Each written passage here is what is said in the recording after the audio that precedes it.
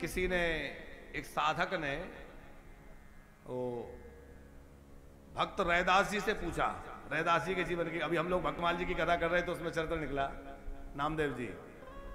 एक किसी ने आके पूछा रैदास जी से कि बतलाइए कि आप दोनों पति पत्नी खूब भजन करते हैं, हमारा भजन में मन कैसे लगे, गृहस्थ जीवन के कुछ बात बतलाइए। तो ब्राह्मण थे, वो पंडित जी थे, उन्होंने कहा, रैदास जी ने कहा कि एक काम करो, आप हमारे घर चले जाओ और घर जाकर के कहना कि कल रैदास जी साधु सेवा के लिए 3 सेर घी लाए थे। रैदास जी 3 सेर घी लाए थे कल साधु सेवा के लिए, तो वो घी निकाल के आंगन में फेंक दो, इतना जाके कह देना। पंडित जी गए, रैदास जी की पत्नी को आवाज लगाई, वो बाहर निकली, क्या आज्ञा है, क्या बात है? बोले रैदास जी ने कहा है कि कल 3 किलो घी लाए थे साधु सेवा के लिए, उसको बाहर फेंक दो। वो अंदर गई, घी उठाया, बाहर फेंक दिया। कुछ पूछा ताछा नहीं, पंडित जी आ गए।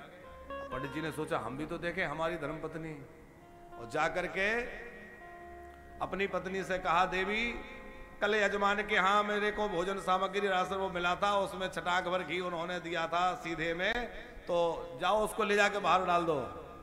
पंडिता जी ने कहा कि कहीं भांग तो नहीं खाया है? अरे घी फेंकने की चीज होती है, क्यों फेंक दें? बुद्धि खराब हो गई है क्या?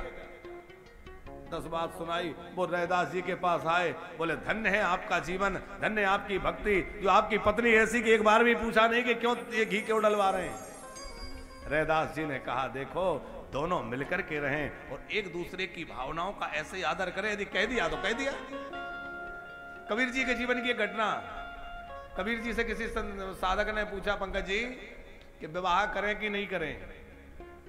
कबीरदास जी बोले, जाओ पहले अंदर से जाके कहना कि लालटेन जला के दे दें। दोपहर के 12 बज रहे थे। कबीर जी ने वो साधक से कहा, अंदर जाओ अपनी गुरु मां से कहना लालटेन जला दें। उन्होंने लालटेन जला के लगा के दे दी।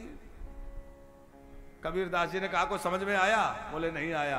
बोले इसका मतलब ये है कि यदि दाम्पत्य हो तो ऐसा हो, एक दूसरे की बातों में ना नौकर ना हो, और कोई हो तो नाराज हो जाए कि इनकी आंख फूट गई, दोपहर के 12 बजे लालटेन जलवा रहे हैं, क्या करेंगे लालटेन का दोपहर 12 बजे? बुद्धि खराब हो गई।